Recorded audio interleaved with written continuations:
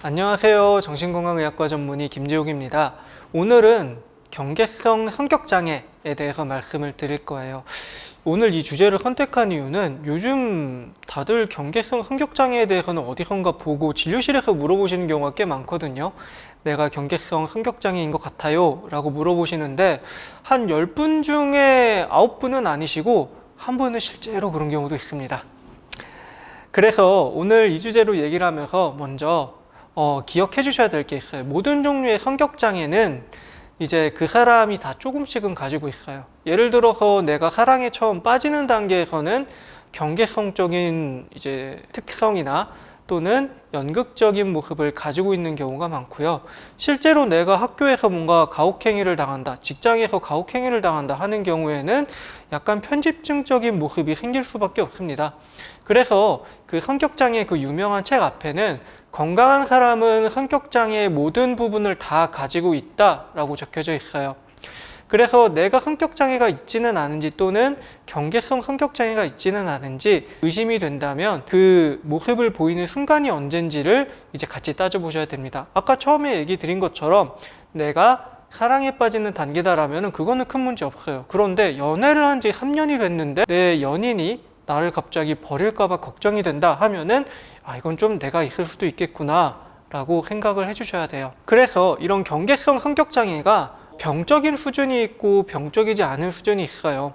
예를 들어 연인분이 바람을 펴요. 그래서 나를 정말 떠날 것 같아요. 이런 경우에는 내가 상대방이 나를 버릴 것 같은 두려움을 겪는 게 어떻게 보면 당연한 일이죠. 그런데 연인분이 굉장히 잘해요. 규칙적으로 생활하고 술도 안 마시고 그래요. 그런데 내가 연인이 갑자기 나를 떠날까 봐 두려워한다면 이거는 그 문제가 내 마음속에 있는 거죠. 경계성 성격장애라고 하면은 그 선을 넘나드는 것, 천사와 악마를 넘나들고 그리고 세상에서 가장 이제 사랑할 수 있는 사람이었다가 가장 미워할 수밖에 없는 사람이었다가 이 두 가지 이제 온도 차이가 굉장히 심해요. 여기에 근본이 되는 건 사람이 나를 떠날지 모른다는 불안입니다.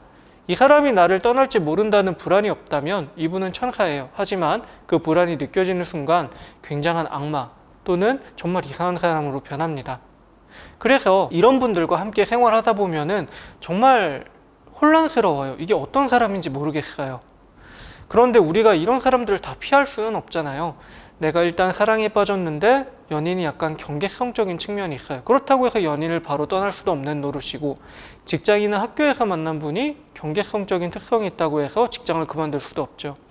이런 분들과 함께 할 때 가장 도움이 되는 태도는 나는 그냥 무게중심을 가지고 여기서 기다려준다 하는 느낌입니다.